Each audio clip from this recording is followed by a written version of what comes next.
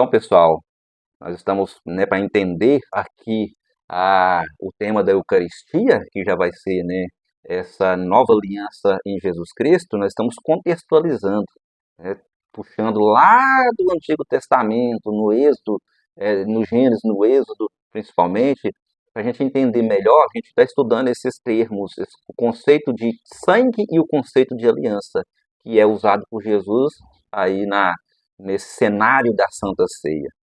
Então a gente viu que com Noé, o elemento sangue é fundamental para a compreensão, da aliança. Todos podem comer de todos os seres, né? Não há restrição aqui ainda, apenas a restrição: não coma carne contendo sangue, deixe o sangue sair da carne, porque o sangue é vida e a vida é minha. A vida pertence a mim e deve voltar a mim. Se você consumir a carne com sangue, você está consumindo a vida daquele ser. E ao consumir, você está jogando para dentro de si. Tinha esse conceito que comer carne com sangue é como se você colocasse a vida daquele animal dentro deles, a realidade toda, né, a realidade daquele animal. Como que você consumir a carne do boi, você se tornasse um boi, porque você comeu a vida daquele boi, né? Então, comendo a carne com sangue, você comeu a vida, consumiu a vida, jogou a vida para dentro de si. E você poderia, inclusive, se comportar como um boi, porque a vida daquele boi não é exagero. A vida daquele boi corre na sua vida, corre no seu corpo, corre no seu sangue. Porque o sangue, né, isso já é ciência, medicina, o sangue contém todos os elementos, né? No sangue está tudo que comemos, né? Se a gente come carne com muita gordura, o sangue fica gorduroso, colesterol e assim por diante. Então a vida daquele animal está correndo no meu sangue quando eu consumo a carne com o seu sangue. Então a vida não pode, a vida pertence a Deus. E aí eu estou aprisionando essa vida dentro de mim e a vida não é minha, a vida é de Deus. A vida deve voltar para Deus. Estou escravizando. E aqui a gente vê o elemento que quer trazer novamente. Viu, gente?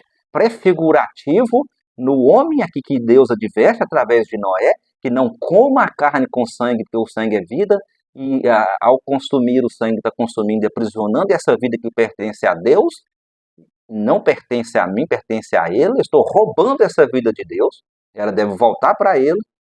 Eu vejo aqui fazendo teologia, eu vejo aqui, prefigurativo, a imagem prefigurativa do maligno aprisionando, roubando as vidas, dos seres humanos, a imagem e semelhança de Deus, a obra perfeita de Deus, roubando as vidas de Deus, tomando de Deus, tentando tomar as vidas que ele não pode, né? E a gente vai ver que Jesus resgata essa vida de volta para Deus, na sua morte e no seu sangue, né? Então, eu vejo aqui a ação do maligno. Aqui no Moisés, pessoal, então é importante a gente ver que o sangue, a aliança que era feita na tábua das leis, da lei, é selada no sangue. O sangue é aspergido, o animal é sacrificado, é tirado o sangue, que é vida, e é aspergido, né?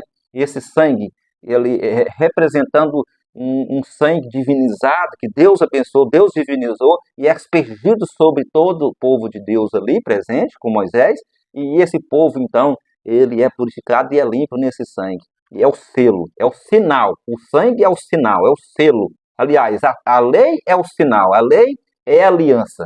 Melhor dizendo, a lei é a aliança. O sinal dessa aliança é a lei. Mas a lei, e essa aliança é selada no sangue aspergido dos animais.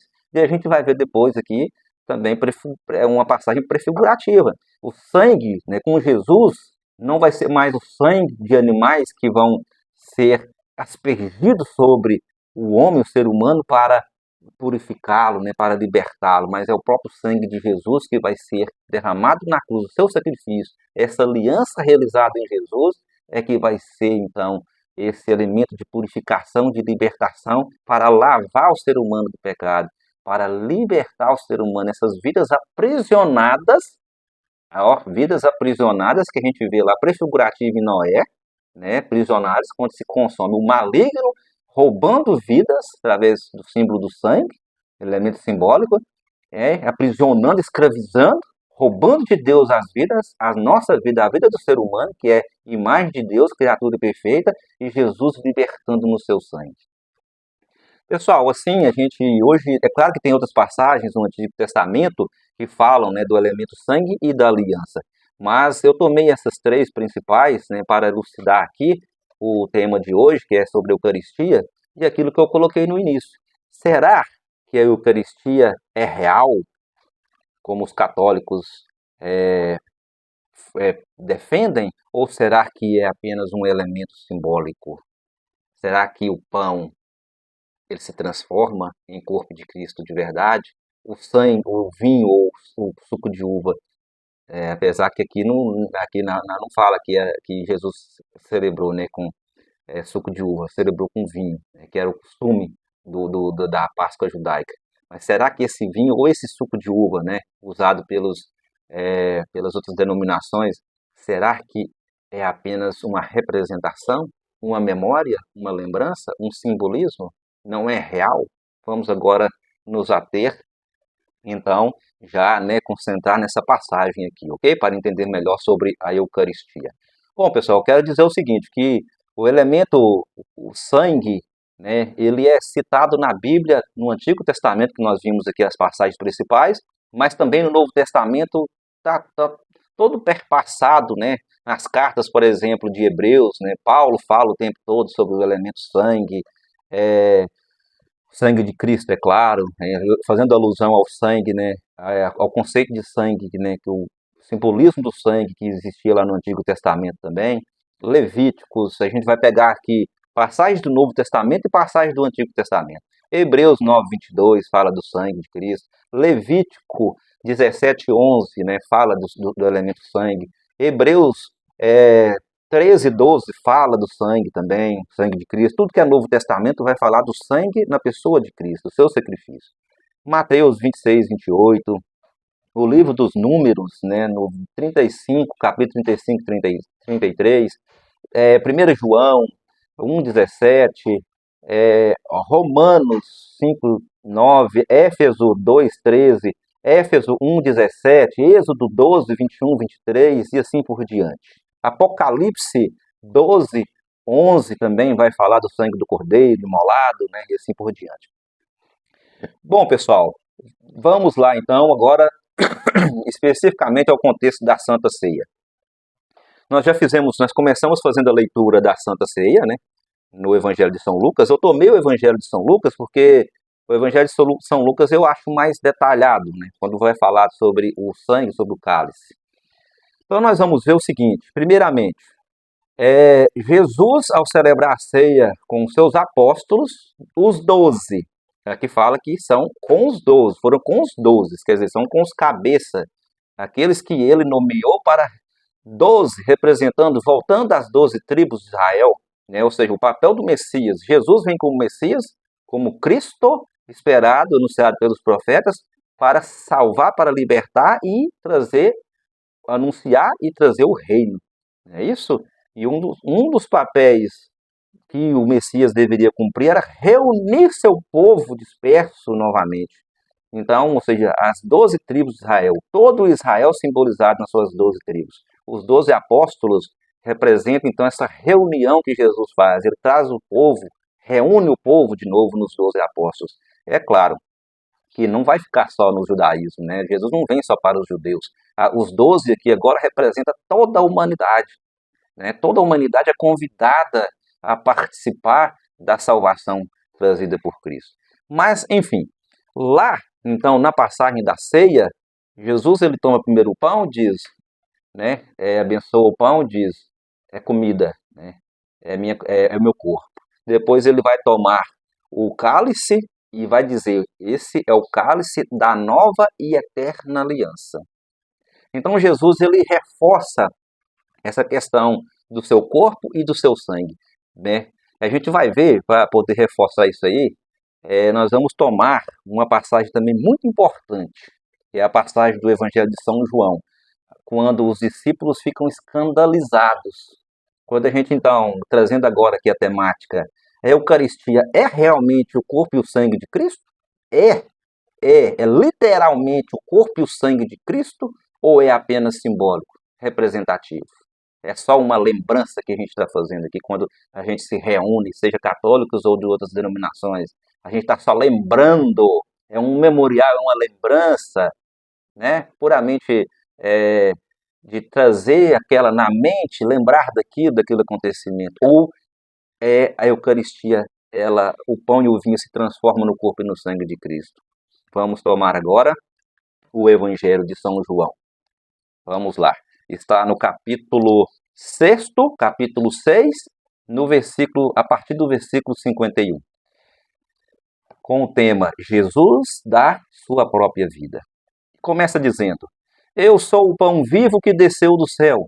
Quem comer deste pão viverá eternamente. E o pão que eu darei é a minha carne para a vida do mundo. Os judeus discutiam entre si: como pode ele nos dar sua carne a comer? Jesus disse: em verdade vos digo, se não comerdes a carne do Filho do Homem e não beberdes o seu sangue, não tereis a vida em vós.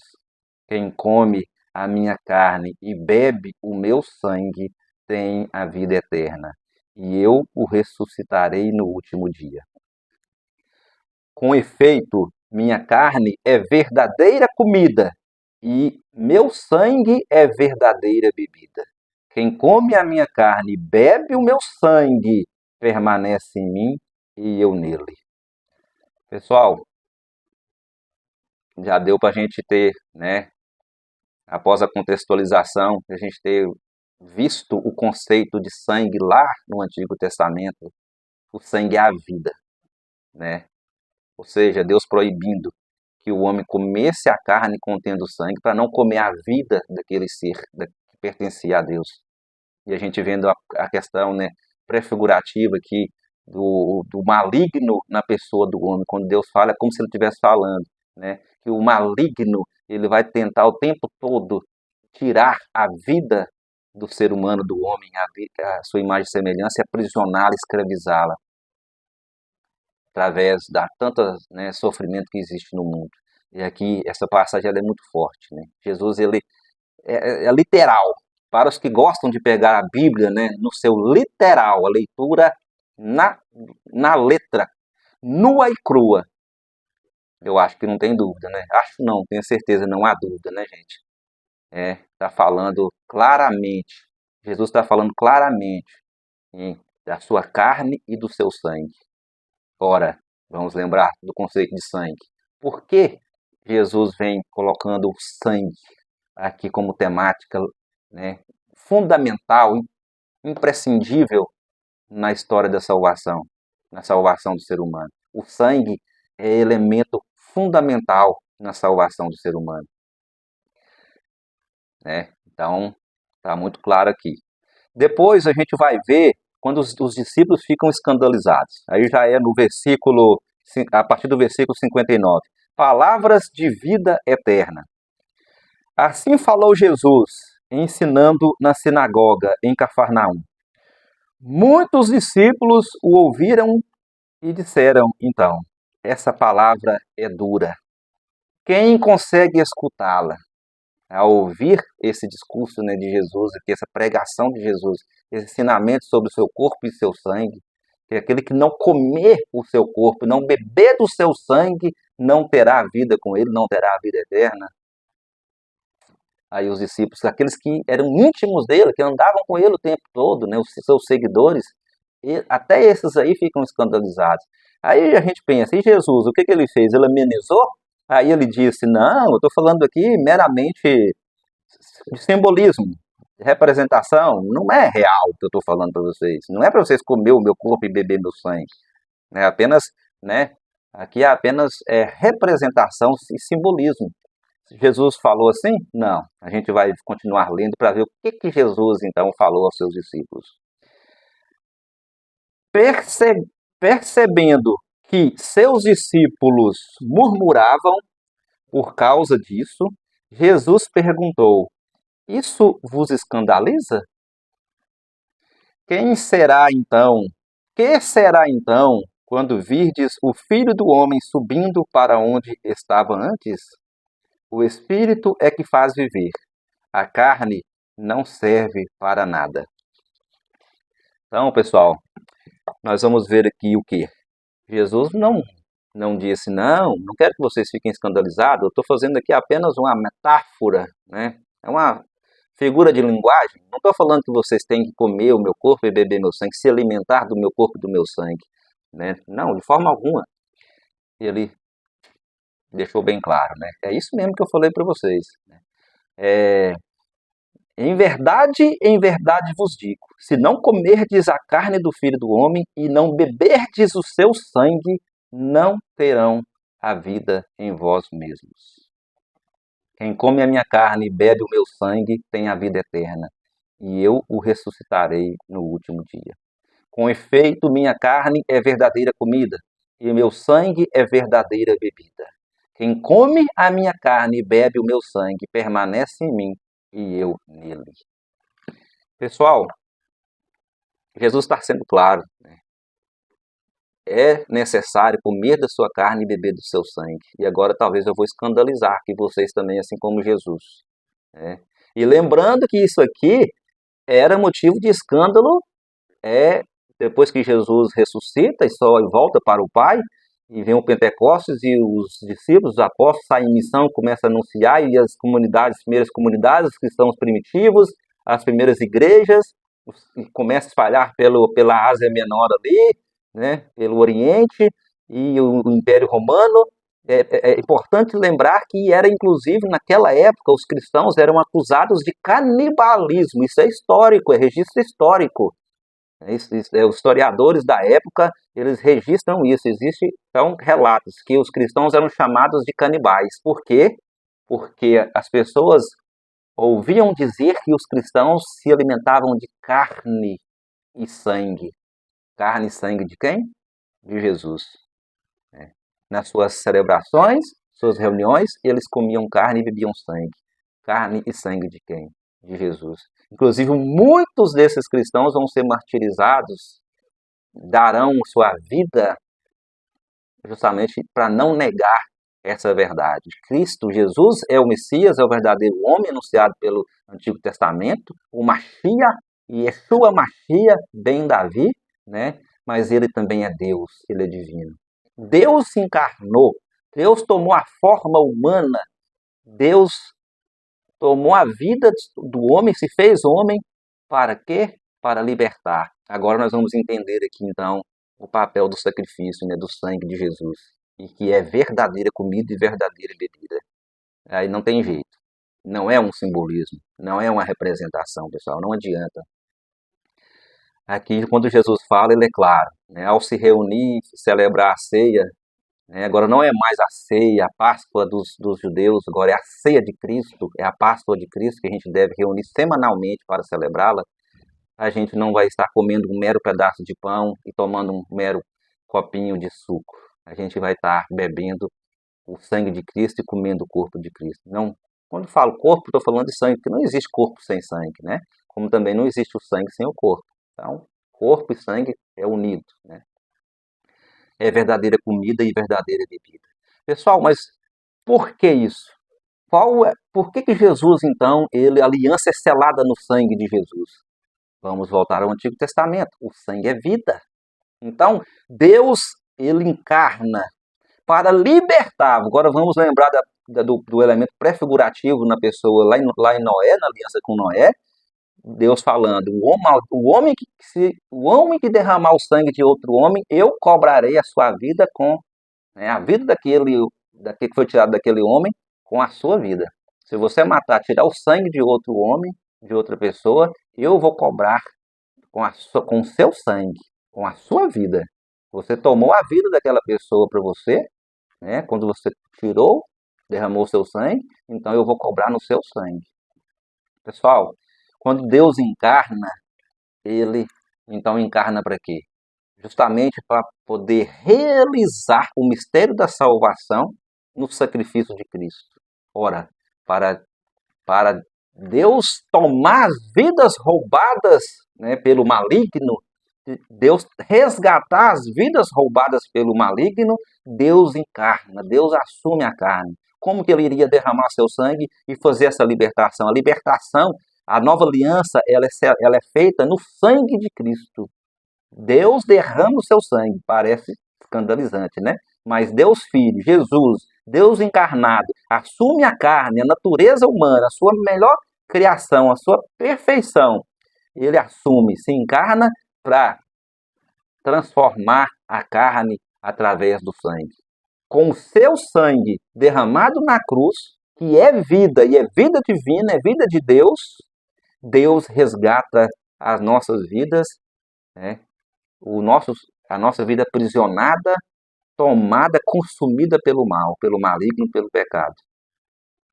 No seu sangue, com o seu sangue lá, como Moisés, né? Agora com Cristo, o sangue aspergido sobre o povo de Deus, agora o sangue de Cristo derramado na cruz nos liberta, nos redime, nos lava, nos resgata para Deus. Não, o maligno não pode mais aprisionar as vidas, né, a vida do ser humano, sua criatura perfeita. O maligno, o mal presente no mundo do pecado. Agora Deus resgata essas vidas de volta para Ele. Então, no seu sangue.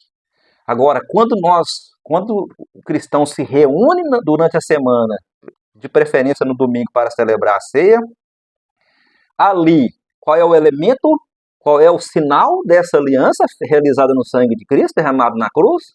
Jesus é bem claro quando levanta o cálice da nova e eterna aliança.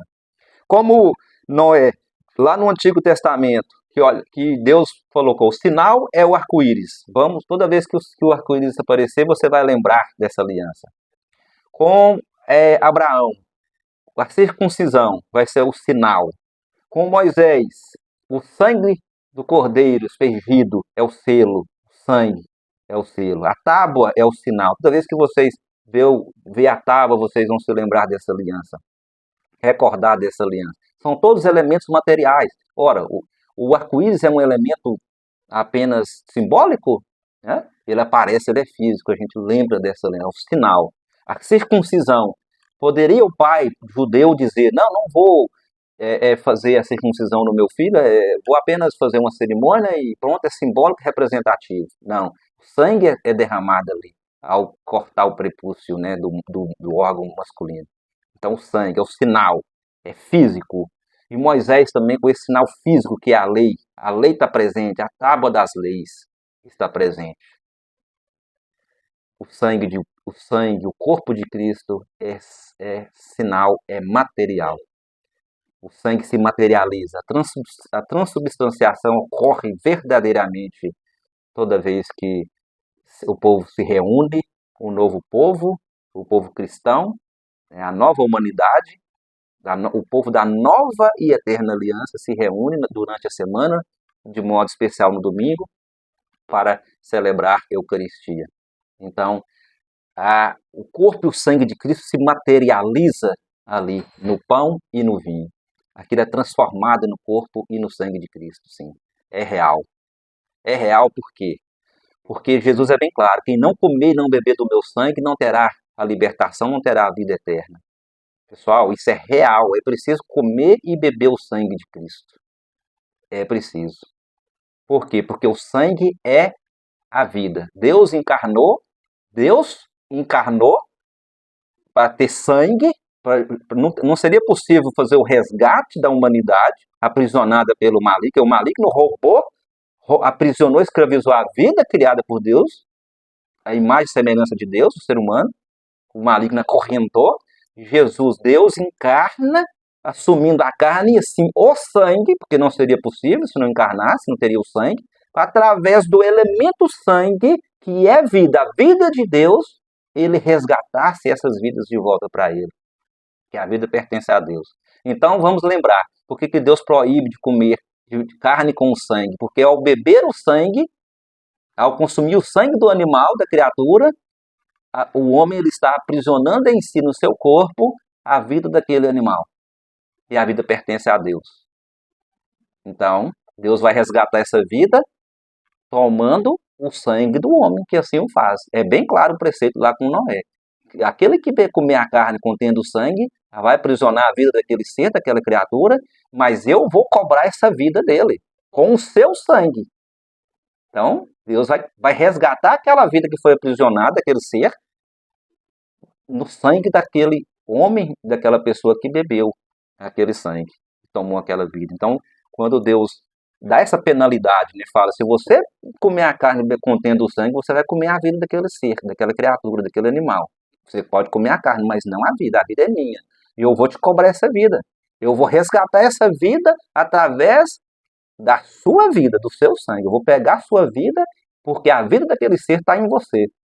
Então, pegando a sua vida no seu sangue, eu vou trazer também de volta a vida daquele ser que me pertence. Assim Cristo faz.